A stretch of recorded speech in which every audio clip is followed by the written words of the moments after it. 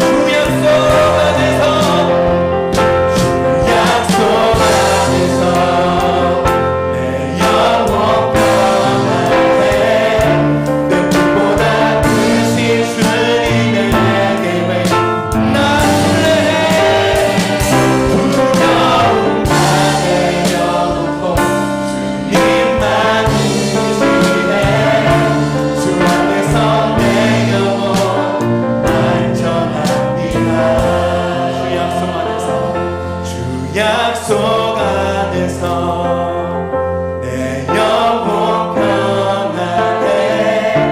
내 뜻보다 크신 주님의 계획 나 신뢰해. 두려움 다 내려놓고 주님만 의지해. 주 안에서 내 영혼 안전합니다. 아멘. 참으로 주님 안에서 우리 영혼이 안전한 걸 믿으십니까? 우리 믿으시는 분들 큰 소리로 아멘 믿으십니까? 아멘. 할렐루야. 우리를 이 땅의 어떠한 조건이나 감정이나 상황에 두지 아니하고 주의 말씀 앞에 두신 하나님을 찬양합니다. 우리 그 하나님 앞에 우리가 드릴 수 있는 가장 큰 함성과 박수로 하나님 찬양이 원합니다. 자, 박수하는 겁니다. 우리 다 같이 주님 앞에 영광과 감사와 신뢰 찬양을 올리겠습니다. 할렐루야.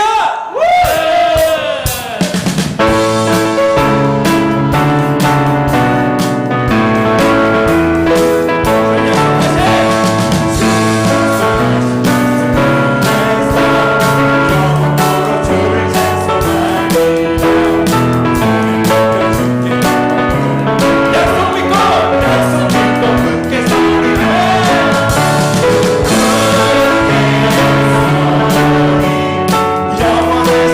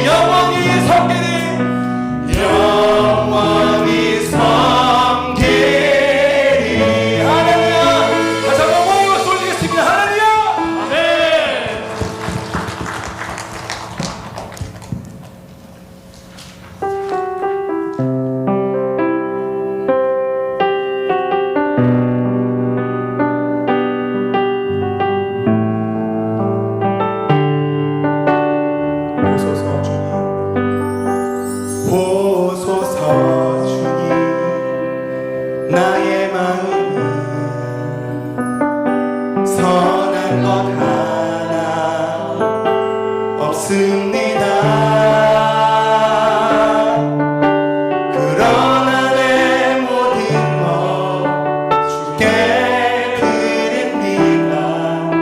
사랑으로 안으시고 날 새롭게 하소서. 다시 한번 고백할까요? 보소서 주님, 나의 마음은 선한 것 하나 없습니다. 그러나 내 모든 것 주께 드립니다. 사랑으로 안으시고 날 새롭게 하소서. 주님 마음 내게 주소서. 내 아버지 주님 마음 내게 주소서. 나를 향하신 주님의 뜻이 이루어지도록 주님 마음 내게 주님 마음 내게 주소서. 주님 마음 내게 주소서. 내 아버지 주님 마음 내게 주소서. 나를 향하신 주님의 뜻이 이루어지도록 주님 마음 내게 주님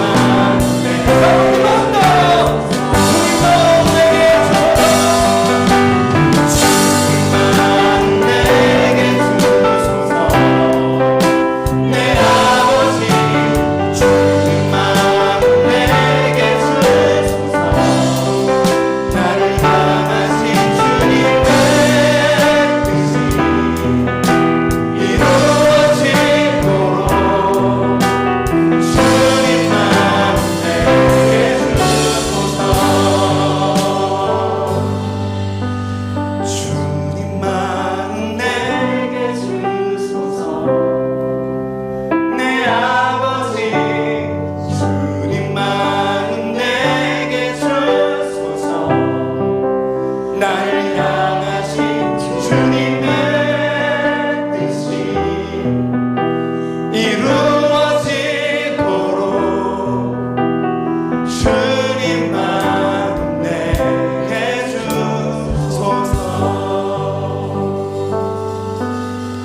우리 함께 기도하기 원하는 것은 하나님, 나를 이 땅의 조건이나 감정이나 상황이 아니라 영원하신 진리의 말씀 위에 세워주시니 감사합니다. 하나님, 참으로 이 말씀 위에 서서 흔들리지 않기 원합니다. 이 말씀 위에 있다고 하지만 내 생각을 주장하고 내 뜻을 주장하는 내가 아니라 참으로 내 생각을 주님께 돌리고 주님 주시는 평강의 옷을 입는 나의 삶 되게 하여 주시옵소서. 하나님, 내 마음이 아니라 주님 마음으로 채워져서 주님 마음과 뜻을 이루어 살아가는 하나님 나라의 백성들 되게 하여 주옵소서. 우리 이 시간 그 은혜를 우리에게 부어주시고 우리에게 말씀해 주신 주님의 은혜를 기대하면서 하나님께서 부어주신 은혜를 갈망하며 이 시간 기도하며 나아갑니다. 기도하겠습니다.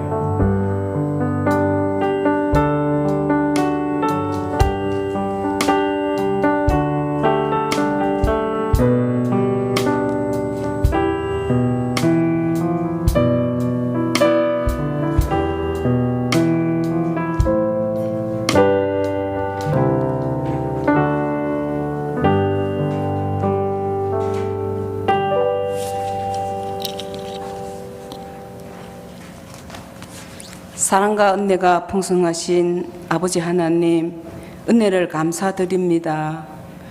고요의 설명절을 잘 보내고 오늘 사무기도회로 성민의 가족들이 예배드립니다.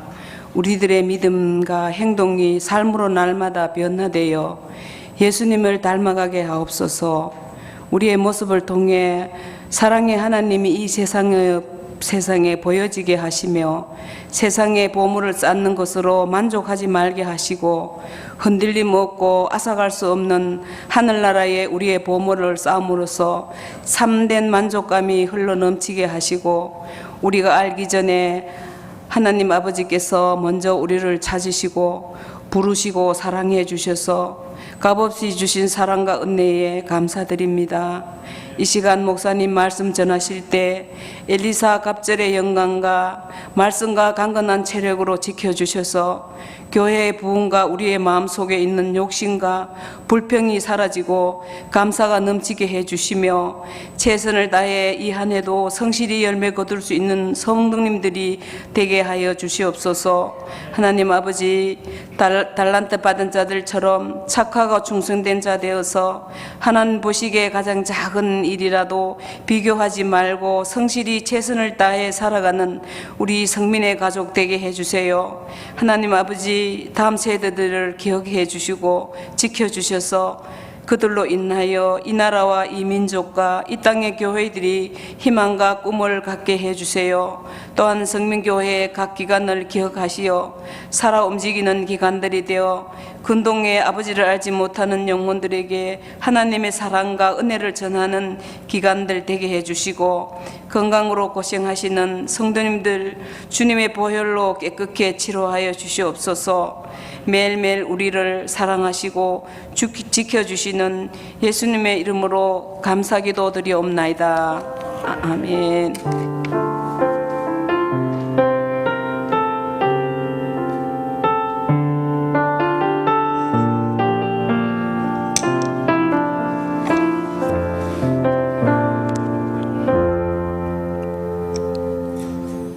네, 교회 소식 전해드립니다. 이번 주 임시 당회가 있습니다. 당회원 여러분들 2022년 작년 결산을 하는 자리입니다. 꼭 참여해 주시고 공동의회, 재직회겸 공동의회는 다음 주에 있습니다. 2부 예배 후에 여러분들 역시 결산하는 자리 참여하시길 바라겠고요. 또 성경통독 수련회가 2월 한 달 동안 매주 토요일 오후 1시부터 5시까지 매일 4시간씩 성경을 읽습니다. 사도행전부터 계시록까지 성경의 복음서를 제외한 부분을 다 읽게 되는데 여러분들 꼭 참석하셔서 말씀 읽는 시간, 은혜 받는 시간 되시길 바라겠고요. 그리고 양육훈련학교 2기가 이제 2월달 한 달 동안 주일 오후 3시에 있습니다. 오후 예배 후에 모여서 3층에 있는 어린이부에서 모여서 모임을 갖는데요. 1기 수료를 못하신 교사분들 전원, 그리고 신임, 그 이후에 오신 신임교사 전원, 그리고 우리 교회 사랑의 울타리 연결되어 있는 선교회 임원들, 그리고 학부모들, 또 관심 있는 성도분들을 환영합니다. 여러분들 많은 분들의 참여를 기다립니다. 우리 사무실로 신청해 주시면 됩니다. 2월 한 달 주일에는 양육훈련학교, 토요일에는 성경 통독 수련회가 있습니다. 여러분 기억해 주시고요. 장학위원회 모임도 이번 주에 있으니까 장학위원회 분들은 꼭 이름 확인하셔서 잘 모여주시면 감사하겠습니다. 나머지 광고는 주볼 참조하시고 주변 분들 한번 바라볼까요? 명절 잘 지내셨죠? 얼굴에 환한 미소가 돕니다. 네, 오랜만에 행복을 누리고 돌아왔는데 하나님의 은혜가 더욱 넘치기를 소원합니다. 축복하겠습니다. 너는 시냇가에, 너는 시냇가에 심은 나무라. 하나님의 사랑 안에, 하나님의 사랑 안에 믿음 뿌리 내리고 주의 뜻대로, 주의 뜻대로 항상 살리라. 아멘. 박수하겠습니다. 고맙습니다. 하나님의 말씀 같이 보겠습니다. 마태복음 5장 39절입니다. 마태복음 5장 39절 한 절 말씀을 저와 여러분이 함께 봉독합니다.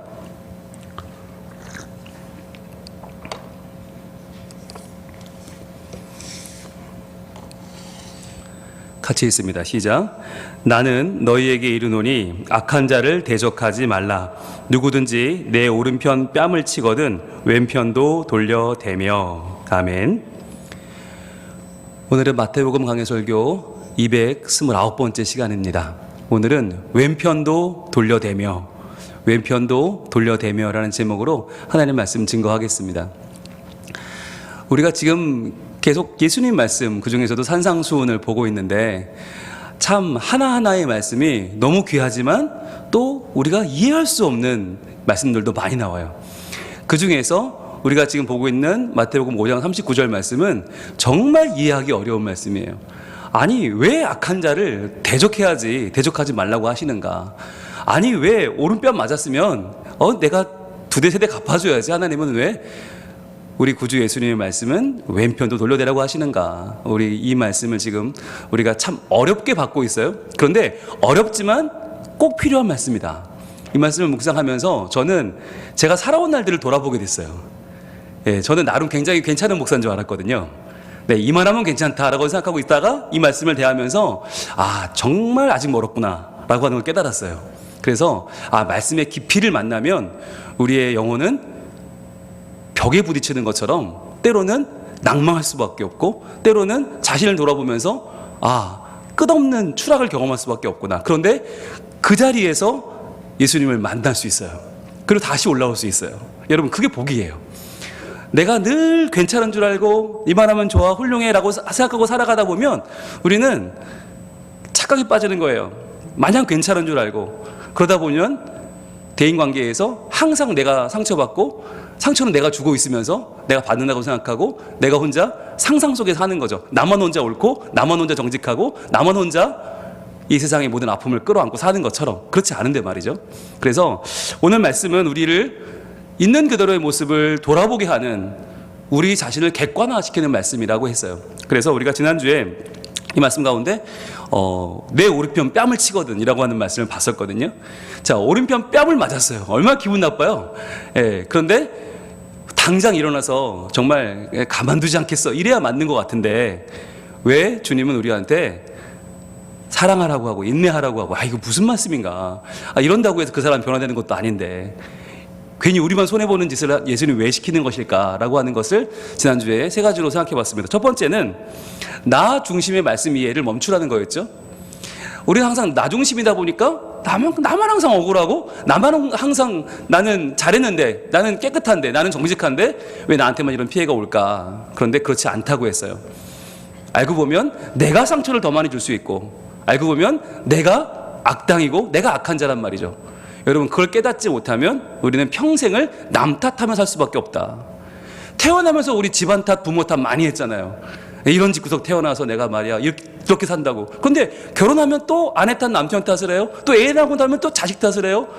어떤 분들 교회 탓을 해요. 하나님 탓을 해요. 그러니까 자기는 항상 옳고 자기는 항상 자기는 중심에 있고 내 주변 사람들이 다 왜 이 모양이야 라고 바라볼 수밖에 없는 그 나 중심의 신앙을 벗어나지 못하면, 말씀 이해도 나 중심의 말씀 이해를 벗어나지 못하면 우리는 절대로 이 말씀을 우리 마음에 담을 수 없다. 그래서 우리는 나 중심의 말씀 이해를 멈추고 내가 무조건 억울하다가 아니라 내가 잘못했을 수 있고 내가 문제했을 수 있고 내가 맞을 짓을 했을 수도 있다. 여러분, 이 말은요, 맞을 짓을 했으니까 맞았다는 말은 남이 하면 안 돼요. 때린 사람이 이 말을 하면 절대 안 되고 맞은 내가 해야 되는 거예요. 네, 때린 사람은 잘못했다고 말해야 되는 거고 맞은 나는 내가 맞을만 했다라고 하는 게 맞는 거죠. 그래야만 다시 일어나는 힘이 생기는 거지, 항상 내가 억울하고 나 중심으로 나는 괜찮은데 라고 생각하면 끝도 없죠. 두 번째는 가까운 사람과의 관계를 먼저 돌아보라는 거였어요. 가까운 사람과의 관계. 뺨을 맞았다는 것은 뭐예요? 가까이 있다는 뜻이잖아요. 멀리 있으면 뭘 던지거나 뭐 미사일을 쏘거나 하겠지만 가까이 있으니까 소리 닿으니까 뺨을 친 거 아니겠어요? 그렇다면 가까이 있는 사람과의 관계를 우리가 소홀하게 하고 있지는 않은가. 가족이란 이름으로, 가깝다는 이름으로, 우리가 허물없다는 이유로 함부로 하고 있는 것은 없는가. 내가 상처 주고 아픔을 주는 것은 없는가. 돌아봐야 한다고 그랬죠. 그리고 세 번째는 타인을 통해서 말씀하시는 하나님을 바라보자고 했어요. 저 사람이 나를 왜 때릴까? 왜 저렇게 나한테 아픔을 줄까? 왜 나한테 해코지를 할까?가 아니라 하나님은 이것을 통해서 내게 무엇을 말씀하시는가를 먼저 생각해 봐야 된다라고 했죠. 그러면서 우리가 박수무당 발람에 대한 얘기를 했어요. 모압 왕 발락이 발람을 보내서 이스라엘 백성 좀 저주해라. 큰 돈을 줄게. 그랬더니 돈에 눈이 멀어서 이스라엘 백성을 저주하러 막 가는 길인데 나귀가 갑자기 엉뚱한 길을 가고 벽에 막 발을 비비질 않나? 땅에 엎어지질 않나? 그러니까 발람이 너무 화가 나서 나귀한테 3번이나 매질을 하죠. 야, 이 나귀 이놈아, 너 뭐하는 짓이야? 그랬더니 나귀가 입이 열려버리죠. 그리고는 내가 평생 주인한테 잘못한 적이 있습니까? 평생 내가 충성을 다했는데 내가 왜 그러는지 생각 좀 해보세요 라고 하면서 여호와의 사자를 보여주죠. 그 순간 발람의 눈이 열리면서 회개하고 그 앞에 엎드러지죠. 여러분, 이 이야기를 하고 나서 제 주변에 그런 분들이 생겼어요. 목사님, 제가 나귀인가요? 제가 나귀인가요? 네. 글쎄요, 모르겠어요. 근데 여러분, 우리 주변엔 실제로 나귀가 많아요.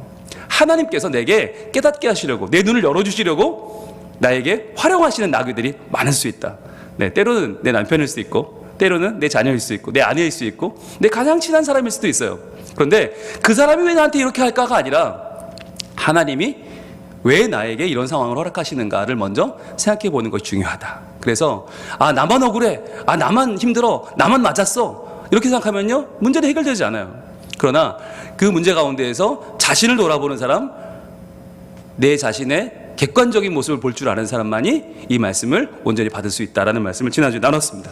자, 이제 오늘은 이 본문에서 그 다음 부분을 볼 텐데, 우리 오늘 본문 마태복음 5장 39절을 다시 한번 읽어볼게요. 시작. 나는 너희에게 이르노니 악한 자를 대적하지 말라. 누구든지 내 오른편 뺨을 치거든 왼편도 돌려대며. 아멘. 자, 여기서 이제 왼편도 돌려대며, 이 부분이죠. 여러분, 누가 내 오른편 뺨을 쳤어요. 자, 거기서 참으면 어떻게 됩니까? 성자가 됩니다. 여러분, 참기만 해도 성자예요. 우리는 그렇잖아요. 내가 맞았으면 당연히 갚아줘야지. 내가 갚지 않고 참는다? 이만 해도 노벨 평화상 받아야죠. 근데 예수님 뭐라고 하세요? 그게 참는 게 끝이 아니고 왼편을 돌려대라는 거예요. 야, 한 대 더 때려라 하고 돌려대라. 야, 이쯤 되면 여러분, 우리 얼마나 억울합니까? 그저 예수 믿는 게 무슨 죄라고 우리가 맞은 것도 억울한데 왼편을 돌려대야 돼요. 게다가 안 믿는 사람들은 또 이런 말씀은 알아요. 정말 필요한 성경 말씀 모르면서 이런 말씀은 잘 알아요. 그래서 꼭 안 믿는 사람들이 뭐라고 그래요? 야, 예수님이 말이야, 뺨 맞으면 돌려대라고 안 그랬냐? 너 참아야 돼. 야, 네가 참어. 이러면서 괜히 우리한테 그런 압박을 갈 때가 많이 있어요. 이거 억울하잖아요. 아니, 맞은 것도 억울한데 말이야. 참기만 해도 나는 성자인데 그걸 왼편을 어떻게 돌려대? 이거 참 예수님 너무 하신다. 왜 이런 말씀을 하시나? 자, 오늘 여기에 대해서 그 의미를 한번 우리가 알아보려고 합니다. 자, 왜 그렇게 말씀하시나? 첫 번째 의미는 아무리 정당한 권리라도 절제하라는 것이에요. 아무리 정당한 권리라도 절제하라. 여러분, 이게 내가 맞았어요. 내가 맞는 순간 나한테 뭐가 생기죠? 권리가 생깁니다. 왜? 나 맞았으니까. 넌 나한테 때렸잖아. 여러분, 우리가 살아가면서 어떤 마음을 가지고 살죠? 현대인들이 가지고 있는 기본적인 우리의 감정이 뭔가요? 분노입니다. 분노. 누구나 분노를 가지고 있어요. 여러분, 왜 운전하다가 보복 운전이 문제가 되고, 왜 뻑하면 사람들이 빵빵 이걸 누르고, 왜 앞을 끼어들고, 왜 협박을 하고, 왜 그러죠? 모르는 사람한테? 이게 분노가 있는 거예요. 분노. 그 분노가 해결이 안 되니까 우리 뭐만 찾고 있냐면 그 분노를 쏟아부을 사람만 만나기를 기다리고 있는 거죠. 한 놈만 걸려봐라. 이게 우리 마음인 거예요. 근데 평상시에는 나한테 잘못한 사람이 없어. 그러니까 내가 딱히 누군가에게 그걸 분노를 쏟을 만한 대상이 없으니까 기다리는 거죠. 그러다가 어느 날 뺨을 딱 맞아요. 그러면은 야, 울고 싶은 놈 뺨을 때려준 거죠. 그럼 이제부터 우리는 뭐라고 합니까? 너 잘 걸렸다, 이놈. 내가 너 가만두지 않겠어 하면서, 왜? 그 사람 잘못한 게 분명하니까. 너무 명확하게 잘못했으니까 나는 나의 정당한 권리를 행사하기 위해서 그 사람을 달달 볶는 거죠. 그냥 뺨 한 대 정도가 아니죠. 완전히 그 사람을 파멸시키고, 그 사람을 완전히 끌어내리고, 그 사람을 완전히 죽사발을 만들어야 마음이 풀리는, 거기까지 가는 우리의 마음이 뭐냐면 바로 이게 이유 모를 분노라는 거예요. 살아가면서 너무 생이 어려우니까 우리 마음속에 있는 그 분노를 누군가에게는 전가하고 싶은데 그럴 대상이 없다. 그럴 때 누군가 뭔가 하나만 잘못하면 나는 그 사람 가만두지 않겠어 라고 하는 거죠. 여러분, 뺨을 맞는다고 하는 것은 영화를 볼 때, 여러분, 영화나 드라마에서 하나의 이 방아쇠를 당기는 것 같습니다. 자녀가 부모와 대치를 심하게 하는데, 정말 애매해요. 애매해. 뭐 덤비는 것도 아니고 혼나는 것도 아니고 애매할 때, 그때 결정적인 게 뭐죠? 이놈 자식 낳아주고 키워줬더니 그만둘도 모르고 합니다. 쫙 하면 어떻게 돼요? 그 순간 그래서 그냥 뛰쳐나가죠. 예. 왜? 얘들이 이제 정당함을 얻은 거예요. 획득했어요. 왜? 난 맞았으니까. 뼈를 맞았으니까 그때 뛰어나가면 보는 우리도 뭐라 그래요? 아, 저건 좀 심했다. 에이, 그렇다고 애를 때리면 안 되지. 이러면서 우리 마음도 왠지 맞은 사람 쪽으로 확 기울어버려요. 때린 사람은 세상에 저런 나쁜 아빠, 저런 나쁜 엄마가 어딨나. 예, 여러분, 우리는 알잖아요. 오죽하면 때렸겠어요. 오죽하면, 예, 정말 얼마나 이게 말이 안 통하면, 얼마나 그 사랑하는 부모의 마음을 몰라주면 정말 뭐 잘했다는 건 아니지만, 그런데 그 순간 그 맞은 아이는 누구보다도 정당한 권리를 획득하고 뛰쳐나가고, 그 부모는 그때부터 이제 주저앉아 버리는 거죠. 자, 여러분, 우리가 정당한 권리를 획득했을 때 그것을 마치 칼처럼 휘두르는 경우가 참 많이 있어요. 근데 제가 아까 말씀드렸다시피 이 본문을 묵상하면서 제가 젊은 날을 돌아보니까 제가 그렇게 살았더라고요. 예, 세상에 저만 옳았어요. 세상에 다 사꾼만 있고 세상에 다 쓰레기만 있고 저만 옳았더라고요. 그래서 정말 사람들이 훌륭하다고 말하는 어떤 분이 있는데 그분의 요만한 잘못을 발견하면 저는 그분을 정말 박살을 낼 때까지, 물론 그분이 제 얘기를 듣진 않지만 제 주변 사람들한테 그 사람 욕을 얼마나 많이 했는지, 야, 내 그럴 줄 알았다면서, 예, 어떻게 그럴 수가 있냐고 하면서 어마어마하게 그분에 대한 비난과 정죄와 욕을 해댔던 저를 돌아보니까 왜 그랬을까 생각해 보니까 제 속에 있는 분노를 그분에게 쏟아 놓은 것이었더라고요. 그분이 잘못했으니까, 명확하게 잘못했으니까 그 사람이 내 비난을 받아도 싸고 내 욕과 분노를 다 받아도 싸다라고 하는 제 나름대로의 정당성, 의로운 분노라고 하는 제 속에서의 정당화를 하고 있는, 그러나 결국 그 모습은 뭐였냐면 굉장히 날카롭고 굉장히 거칠고, 예, 그 독을 뿜어내는 그거를 제가 떠올리기만 해도 좀 견딜 수가 없는 거예요. 왜 그랬을까 할 정도로. 근데 이게 지금 우리의 모습 중에 있다는 거예요. 그래서 내가 조그만 피해를 입으면 그 피해를 입은 사람을 쫓아가서 어떻게든 내가 이것을 갚아줘야지라고 하는 그 마음을 예수님은 멈추라고 하시는 거예요. 왜 이걸 멈춰야 될까? 우리가 오늘 마태복음 7장에서, 우리 이제 앞으로 보게 될 마태복음 7장에서 좀 미리 땡겨서 예습을 좀 하려고 그러는데요. 우리 마태복음 7장 1절 한번 가보겠습니다. 왜 주님은 우리의 정당한 비판을, 정당한 우리의 권리 행사를 절제하라고 하시는가? 마태복음 7장 1절 말씀 같이 읽습니다. 시작. 비판을 받지 아니하려거든 비판하지 말라라고 말씀하세요. 우리가 비판받으면 얼마나 아파요. 여러분, 저도요, 강해 보이지만 굉장히 약합니다. 예, 특히 비판받을 때 너무너무 약해요. 예, 그 비난도 아니에요. 예, 비난은커녕 비판만 받아도, 정당한 비판만 받아도 너무너무 견디기 힘들어요. 그런데 그러는 제가 남을 비판할 때는 너무너무 핏대를 세워가면서 열심히 비판하더라는 거죠. 그런데 주님 말씀은 네가 받기 싫은 비판을 왜 남한테는 그렇게 하느냐는 거예요. 그러면서 2절에 이렇게 말씀하시죠. 너희가 비판하는 그 비판으로 너희가 비판을 받을 것이요. 자, 똑같이 받는다는 거예요. 네가 하는 그 비판 똑같이 돌아온다. 그리고 너희가 헤아리는 그 헤아림으로 너희가 그 헤아림을 받을 것이다. 여러분, 이 비판보다 저는 이 헤아림이라는 단어가 더 깊게 와닿았어요. 우리가 사람에게 나도 모르게 점수를 매기고 있더라고요. 헤아리는 점수죠. 저 사람은 10점짜리, 저 사람은 5점짜리, 저 사람은 1점짜리, 저 사람은 마이너스, 한 마이너스 5에서 10을 왔다 갔다 하는 사람들이 많더라고요. 제 마음속에 헤아리는 그 점수가. 그렇다면 여러분, 그 사람은 나를 헤아리지 않겠냐는 거예요. 그런데 그 헤아림이 과연 정당한 걸까요? 그분이 나를 보는 눈은 정확한 걸까요? 그렇지 않단 말이에요. 여러분, 제가 유튜브를 이 말씀을 전하느라 하고 있잖아요. 근데 유튜브를 하다 보면 가슴이 철렁할 때가 있어요. 댓글이 보다 보면 어떤 분이 그런 댓글 달 때가 있어요. 지금까지 잘 들었는데 대실망이다. 예, 지금까지 너무 좋았는데 오늘 거 못 참겠다. 이러면서 막 몇 분 몇 초에 하신 이런 얘기는 말도 안 되는 얘기고, 뭐 이런 얘기는 정말 홍 목사 회개해라. 예, 홍 목사 쓰레기. 그러면서 막 댓글 다시거든요. 그럼 제가 그분 걸 눌러봐요. 그분이 댓글을 지금까지 몇 개 달았나? 한 개야. 딱 요거 하나 달았어. 그러니까 그동안 열심히 잘 들었다는 때는 한 번도 한 적이 없어. 그런데 그 한 번, 지금까지 잘 들었는데 이건 내가 아닌 것 같다라고 그거는 댓글을 다신 거예요. 와, 그걸 보면서요 회개했어요. 나도 얼마나 많이 일했나.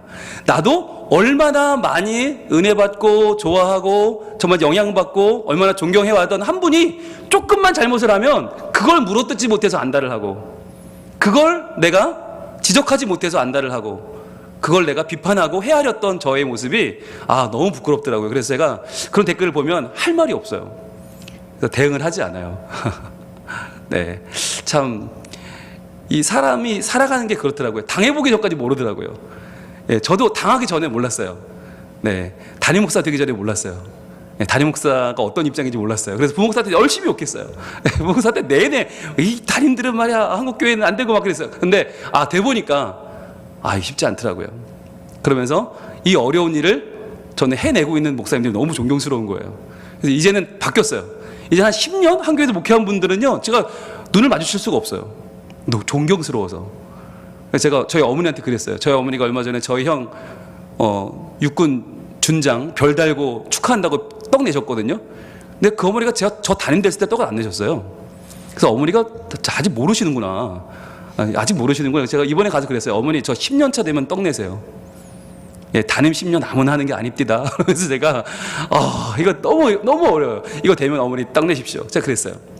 여러분, 이게 뭐냐면 우리가 그 입장이 안 되면 몰라요. 모르는데 우리가 볼 때 분명히 잘못해 보이는 거예요. 이건 내가 분명히 저 사람 지적해 줘야 돼. 분명히 이건 내가 비난할 수 있어. 나는 충분히 그럴 권리가 있어. 이런 마음으로 우리는 마음껏 비난하고 비판하지만 결국 그것이 돌아온다는 거예요.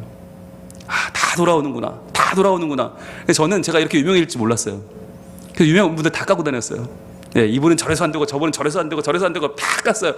그분들 무슨 죄가 있어요? 유명하다는 죄밖에 없는데 제가 엄청나게 비난했어요. 그런데 지금 제가 그런 비난 받을 자리에 와 있어 보니까 이게 얼마나 무서운 건가, 이게 얼마나 두려운 건가, 얼마나 못할 짓을 했나가 정말 너무너무, 전 지금 시간을 되돌릴 수 있으면 돌아가고 싶어요. 그래서 저의 20, 30대에 돌아가서 그분들을 존경하고 그분들에게 더 배우고 싶어요. 그 욕할 시간에 더 배웠으면 내가 얼마나 좋은 사람이 됐을까. 그런데 그 시간을 제가 비난하고 그분들의 잘못을 찾아내고 그것을 더 추적하는 일에 썼기 때문에 내가 성장이 더뎠구나. 너무너무 후회가 되고 저는 돌아갔으면 좋겠다. 왜냐하면 바로 우리의 정당한 권리를 절제하는 법을 배우지 못하면 우리가 우리의 그 권리 행사를 잘못해서 결국 나도 망치고 그도 망치는 길을 갈 수밖에 없기 때문이죠. 자, 두 번째는 피해자 코스프레를 내려놓으라는 거예요. 피해자 코스프레를 내려놔라.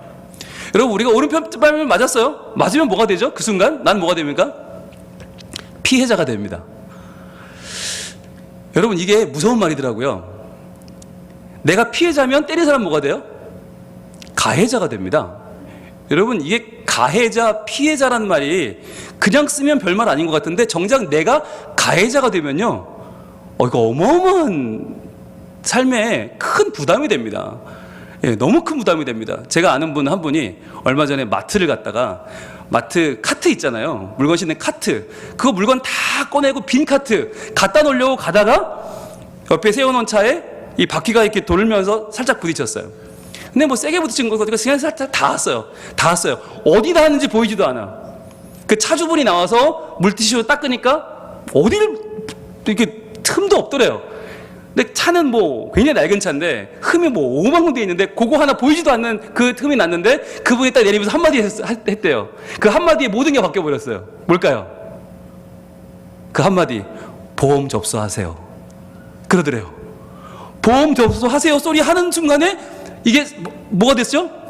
이 카트 들고 가던 이 장보는 이 평범한 주부는 그날 가해자가 돼버린 거예요. 그리고 그 차주는 피해자가 돼버렸어요. 이게 과연 합당한 말인지 모르겠어요. 그런데 그날부터 보험 접수되면서부터 온갖 전화에 시달리고 온갖 이 서류에 온갖 모든 이 뒤닥거리를 하는데 정말 며칠 내내 시간 낭비, 감정 낭비, 오만 가지의 낭비를 다 하고 만 거죠. 왜 그랬을까요? 네, 아무것도 아닌데 이게 피해자와 가해자가 돼버리면 그렇게 되더라고요. 오늘 주님께서 우리에게 말씀하시는 것은 오른편발을 맞았어요. 그럼 나는 피해자예요. 그러나 내가 왼편발을 돌려대면 뭐가 됩니까? 이 순간 피해자와 가해자가 의미가 없어지는 거예요. 여러분, 하나님은 우리의 관계를 형제와 자매로 엮어주셨습니다. 우리의 정체성은 가족입니다. 하나님의 한 배에서 태어난 아들이요, 딸이요, 형제입니다. 근데 형제와 자매가 서로가 피해자와 가해자가 돼버리면 이때부터는요, 아우, 무섭더라고요. 결국 그 흠을 알 수 없는 그 사고의 결론은 105만 원을 물어줬어요. 물론 보험사가 냈죠. 그러나 그 하나의 사건은 어마어마한 그 삶에 크게 핥힌 자국을 남기고 지나갔어요. 뭘까요? 우리의 인생이 언제든지 가해자가 될 수 있고 피해자가 될 수 있다는 거죠. 그렇다면 우리가 한 대 맞았다고 해서 내가 피해자 코스프레를 하게 되면 상대방을 가해자를 만들어 버리면 그때부터 나는 피해를 주장하는 갑이 되는 것이고 그 사람은 을이 되는 거예요. 여러분, 갑을 관계처럼 비인간적인 관계가 어디 있습니까? 우리의 관계 속에서. 그런데 너무나 많은 곳에서 갑과 을의 세계가 있고 피해자와 가해자의 세계가 펼쳐지고 있잖아요. 주님은 그것을 내려놓으라고 말씀하는 것입니다.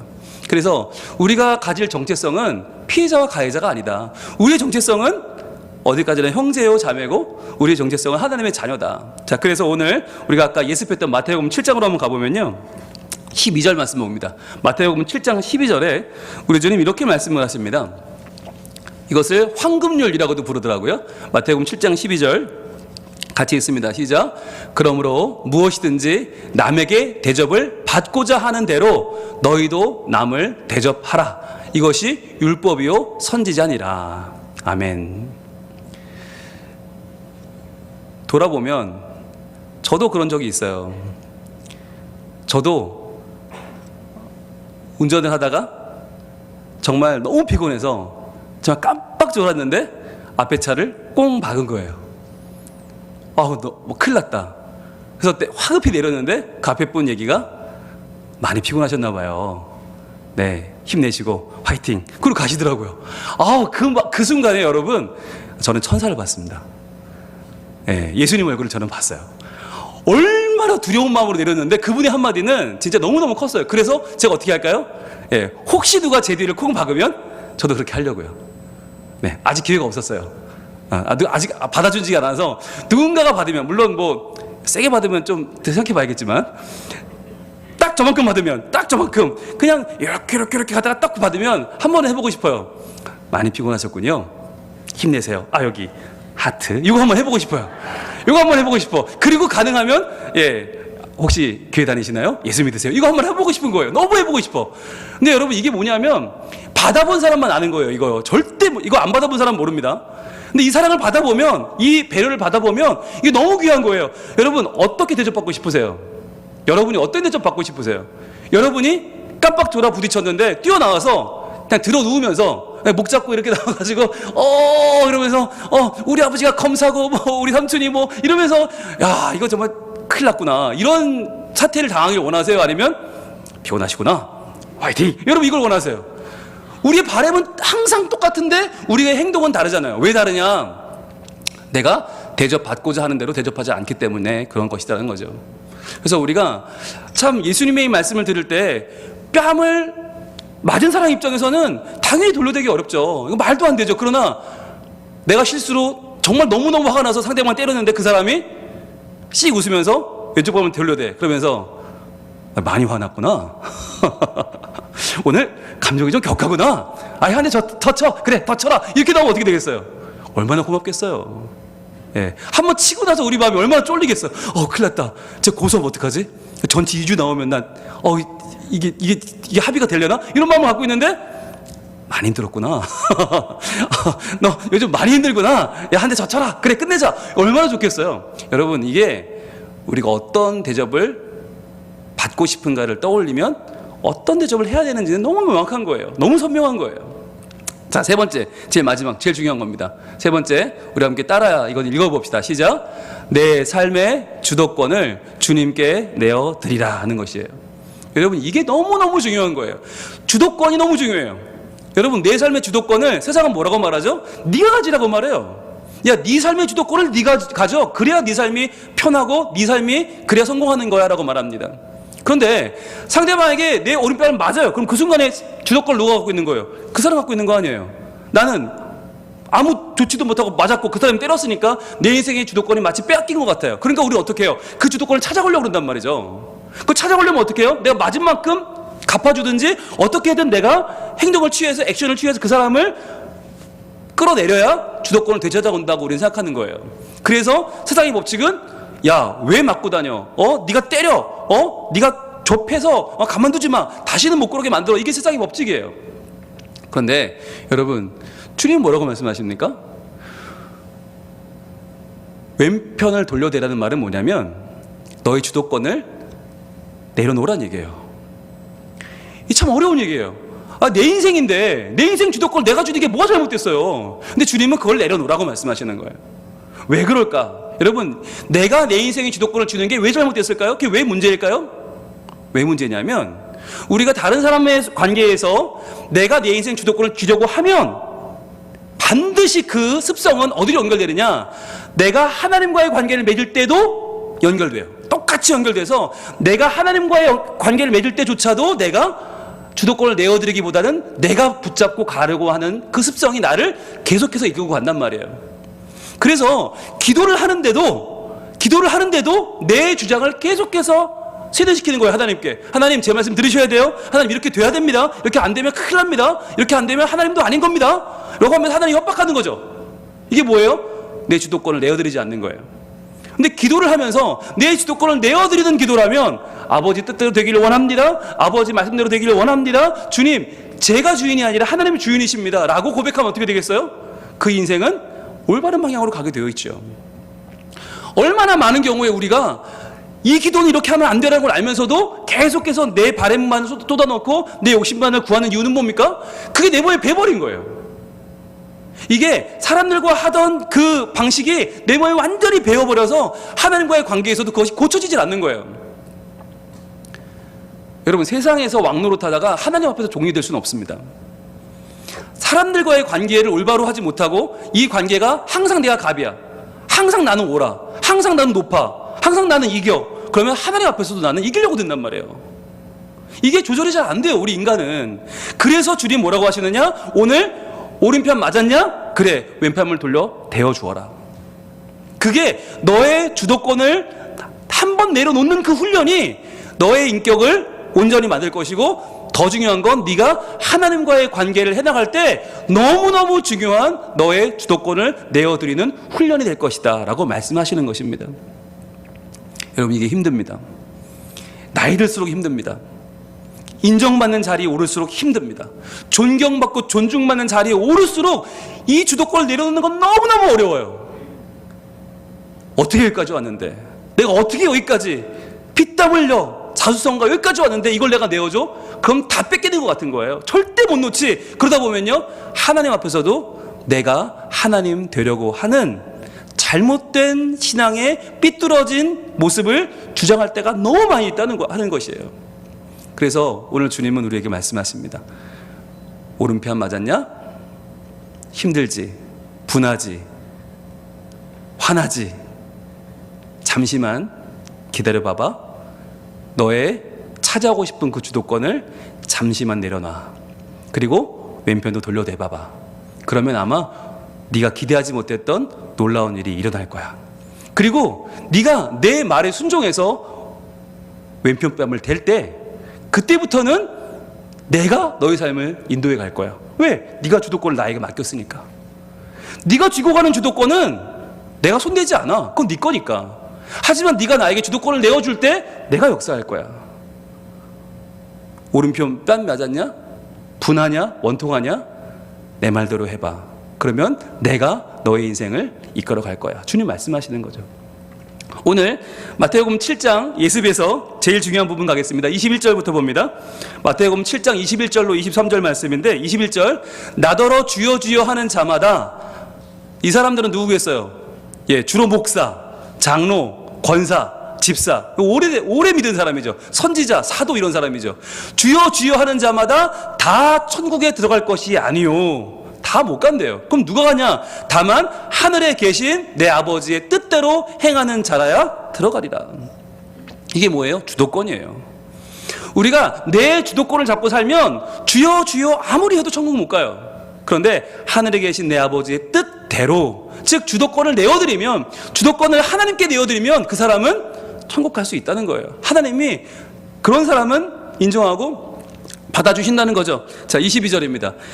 그날에 많은 사람이 나더러 이르되 주여 주여 우리가 주의 이름으로 선지자 노릇하며 주의 이름으로 귀신을 쫓아내며 주의 이름으로 많은 권능을 행하지 아니하였나이까 하리니. 예, 다 주여 주여 주의 이름으로 했대요. 그런데 누가 했어요? 우리가 한 거죠. 우리가 한 거죠. 여러분, 중요한 건 행위가 아니에요. 존재의 변화예요. 우리는 행위를 보지만 하나님은 존재의 변화를 보세요.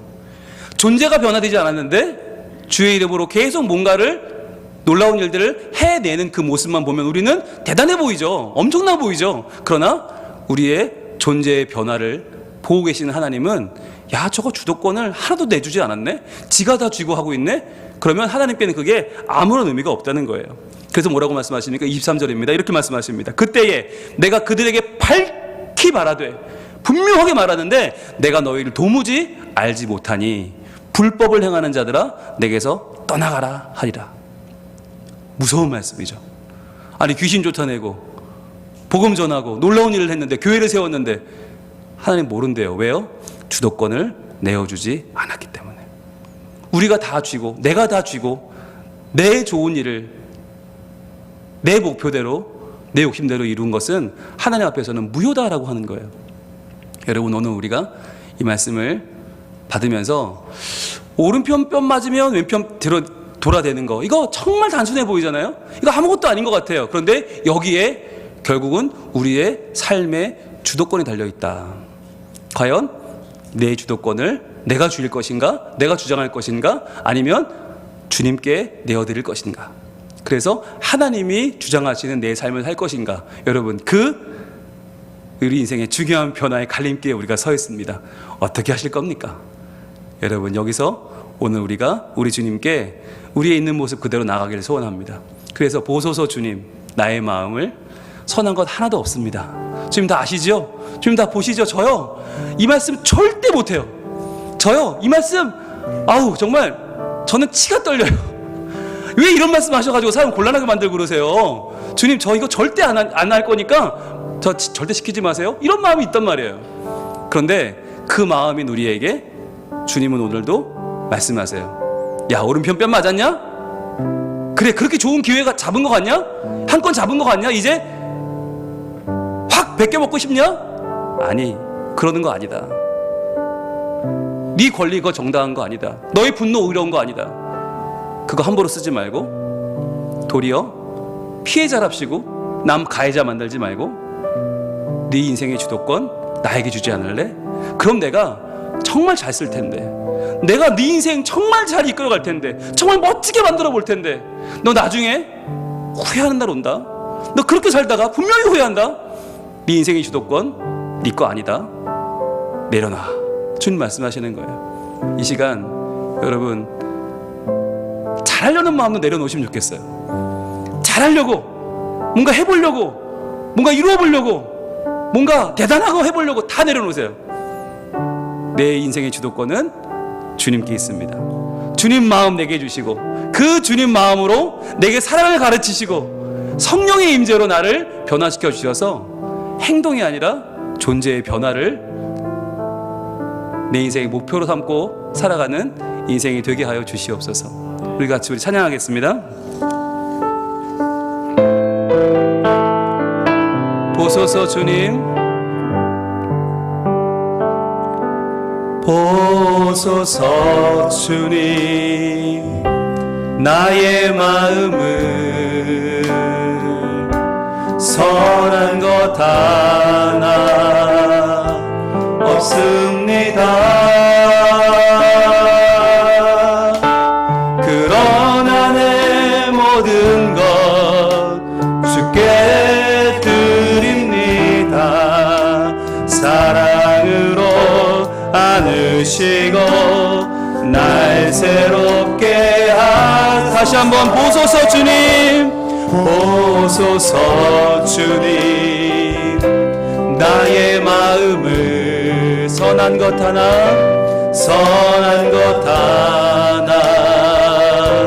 없습니다. 그러나 내 모든 것 주께 드립니다. 사랑으로 안으시고 날 새롭게 하소서. 주님 마음 내게 주소서. 내 아버지 주님 마음 내게 주소서. 나를 향하신 주님의 뜻이 이루어지도록 주님 마음 내게 주소서. 주님 마음 내게 주소서. 내 아버지 주님 마음 내게 주소서. 나를 향하신 주님의 뜻이 이루어지도록 주님 마음 내게 주소서. 이 시간 기도하겠습니다. 우리는 얼마나 많은 내 권리 때문에 그 권리를 주장하느라 날카롭고 거친 삶을 살았습니까? 얼마나 많이 끌어내리고, 얼마나 많이 싸우고, 얼마나 많이 다투면서도 그게 잘하는 건 줄 알고, 그게 의로운 건 줄 알고, 이게 정의로운 건 줄 알고 얼마나 많은 피를 봤습니까? 이 시간 우리의 연약함을 회개하면 좋겠습니다. 하나님 용서해 주시고, 지금까지 피해자 코스프레 했던 거, 지금까지 남들을 가해자 만들고 내 연약함을 뒤로 감췄던 거 주님 회개합니다. 용서해 주시고 이제 내 인생의 주도권을 우리 주님께 내어드리길 원합니다. 참으로 주님의 뜻이, 나를 향한 주님의 뜻이 이루어지는 복 있는 삶을 살게 하여 주시옵소서. 기도하겠습니다. 아버지 하나님, 우리는 연약합니다. 우리는 참으로 부족합니다. 그러면서도 우리는 마치 아닌 것처럼, 마치 나는 선하고, 나는 정직하고, 나는 정당하고, 나는 아무 힘도 없는 것처럼 주님, 그렇게 억울하게, 그렇게 분하게, 그렇게 겉으로만 정의롭게 살아오지 않았습니까? 나의 정작 더러운 것은 다 감추면서, 정작 나의 부끄러운 것은 마치 그렇지 않은 양 다 뒤로 하고, 우리는 얼마나 많은 잘못을 행하고, 얼마나 많은 죄를 범하고, 얼마나 많이 정죄하고, 얼마나 많이 비판하며 여기까지 살아왔습니까? 아버지 하나님, 우리의 연약함을 용서하여 주시옵소서. 우리의 회악함을, 우리의 완악함을 용서하여 주시옵소서. 아버지 하나님, 지금까지 나의 정당한 분노가 나를 삼키는 줄을 몰랐습니다. 그저 내 정의로움만 외치면 마치 나의 연약함은 다 감추어지는 것처럼 그렇게 다른 사람을 끌어내리며, 다른 사람을 욕하며, 정죄하며, 비판하며, 판단하며 살았습니다. 아버지 하나님, 다시 한번 내 인생을 돌아보며 오직 하나님의 긍휼과 인자를 구하오니, 아버지 하나님, 우리에게 예수 그리스도의 보혈이 임하고 그 보혈이 우리를 구하신 것처럼 주님, 우리의 인생의 주도권을 주님께로 내어드리는 삶을 살게 하여 주시옵소서. 내 것이 아니라 주님의 것입니다. 주님을 인정하는 저희가 되게 하여 주시옵소서. 주님 마음 내게 주소서. 주님 마음 내게 주소서. 내 아버지 주님 마음 내게 주소서. 나를 향하신 주님의 뜻이 이루어지도록 주님 마음 내게 주소서. 주소서. 내게 사랑을 가르치소서. 내게 사랑을 가르치소서. 당신의 마음으로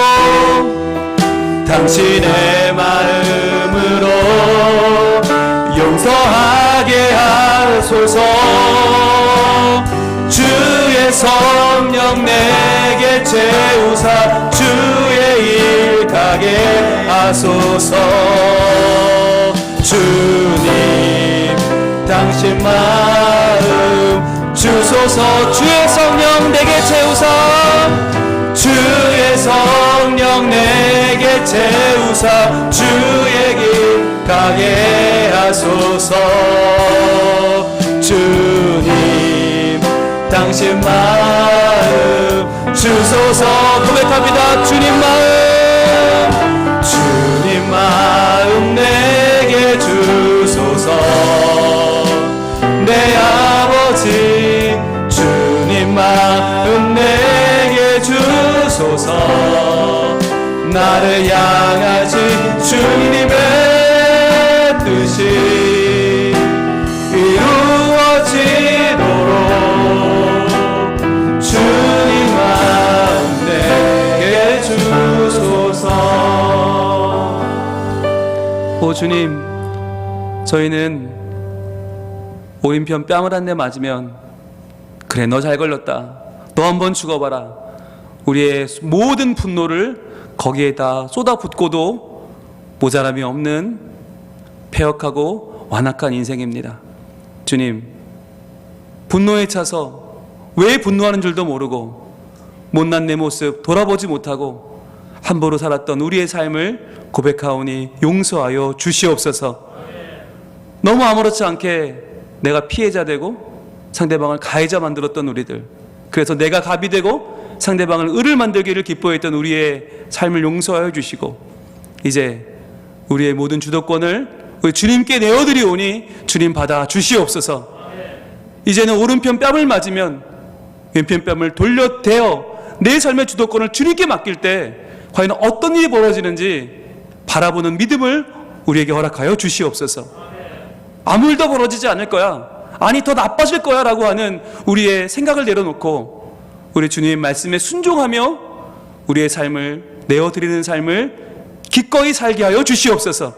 그렇게 할 때에 주님 사랑을 내게 가르치시고 성령의 충만함으로 나를 변화시켜 주셔서 행동이 아니라 존재의 변화가 우리 주님의 뜻임을 알아가는 인생이 되게 하여 주시옵소서. 주님, 이번 한 주간도 우리의 삶 가운데 이 말씀이 와 닿게 하시고 건드려지게 하시고 이 말씀이 우리 삶을 끌어가게 하셔서 이전과 다른 삶을 살아 주님께 우리의 삶의 주도권을 내어드리는 성민가족들 다 되게 하여 주시옵소서. 예수님 이름으로 기도합니다. 아멘. 우리 두 번째 기도 제목은 날이 매우 춥습니다. 날이 추울 때 더 추운 사람들이 있습니다. 우리 교회 안에 지금 경제적으로 어려움 겪는 분들도 계시고 또 진하게 어려움 겪는 청소년들도 있고 또 육신의 아픔 가운데 있는 우리 환우들도 계십니다. 이 시간 몸과 마음이 춥고 영혼이 추운 우리의 성민 가족들, 나보다 어려운 사람, 나보다 힘든 사람, 그들에게 하나님 위로가 임하고 또 내가 어떻게 도울지를 하나님 알게 하셔서 우리를 통해서 하나님의 사랑이 흘러갈 수 있도록 이 추위 가운데 우리가 서로를 보듬어주고 우리가 서로를 버텨주고 견딜 수 있는 울타리가 될 수 있게 해달라고 주님 나를 사용하셔서 우리 가족들과 우리 성민가족과 우리 지역을 지켜내는 하나님 뜻이 이루어지게 해달라고 하나님의 은총을 구하며 같이 우리 기도하겠습니다. 아버지 하나님, 우리에게는 사랑하는 가족이 있고 우리에게는 사랑하는 지체들이 있습니다. 주여, 이 추위에, 이 맹추위에, 이 강추위에 아파하는 사람들이 있습니다. 주님, 물질적으로 힘들어하고 있고 영적으로 아파하고 있고 건강이, 그 몸이 온전치 않아서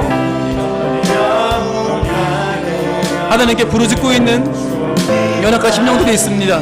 주여, 이 추위에 하나님께서 친히 가셔서 찾아가셔서 위로하여 주시옵소서.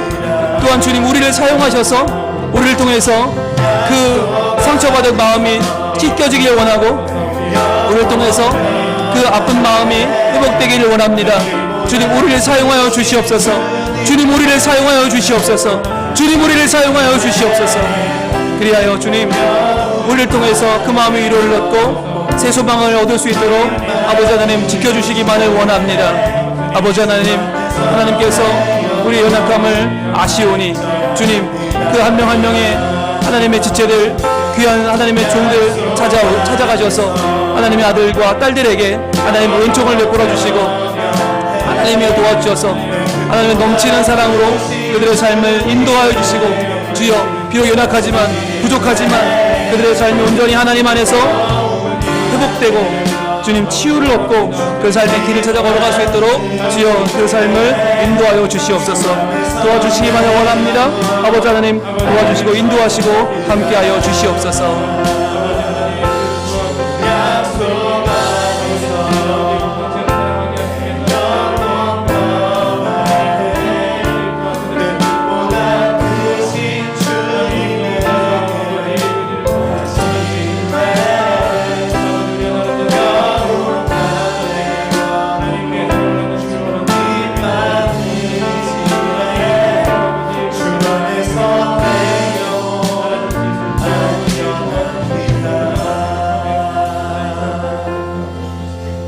우리 이 시간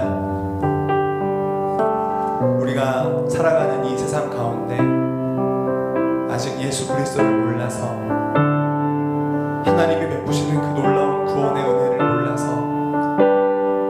어딘가에서 힘들고 어려운 삶을 살아가는 이 땅의 백성들을 위해서 함께 기도하기 원합니다. 그들에게 복음을 전하기 위해 선교지로 온 삶을 들여 나아간 우리 선교사님들, 하나님 그들을 붙잡아 주시고 그들의 삶을 통하여, 그들의 전도를 통하여 그들을 구원하신 예수 그리스도의 복음이 막힘없이 증거되도록 주여 역사하여 주옵소서.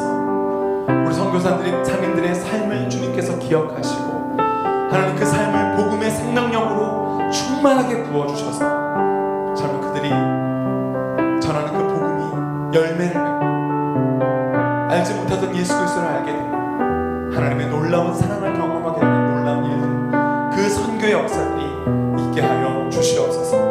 우리가 파송한 우리 방글라데시의 박해시 강효준 선교사님, 하나님, 그리고 우리가 해외 선교하고 있는 멕시코와 캄보디아와 인도, 베트남, 오만, 파라과이 성민교회까지 하나님 그들을 기억하여 주시고 전 세계에 흩어져 있는 잃어버린 영혼들이 그 선교사님들의 삶을 통하여, 전도를 통하여, 사역을 통하여 주님께로 돌아오는 놀라운 역사를 허락하여 주시옵소서. 하나님 그들 가운데 놀라운 은혜를 부어주셔서 복음의 생명이 드러나도록 인도하여 주옵소서. 우리 이 시간 우리 교회가 파송하고 후원하는 모든 선교사님들 그 삶을 기억하시고 복음의 진보가 있게 하여 주시옵소서. 우리 이 시간 이 땅에 흩어져 있는 모든 선교사님들을 위해서 기도하며 나아갑니다. 기도하겠습니다.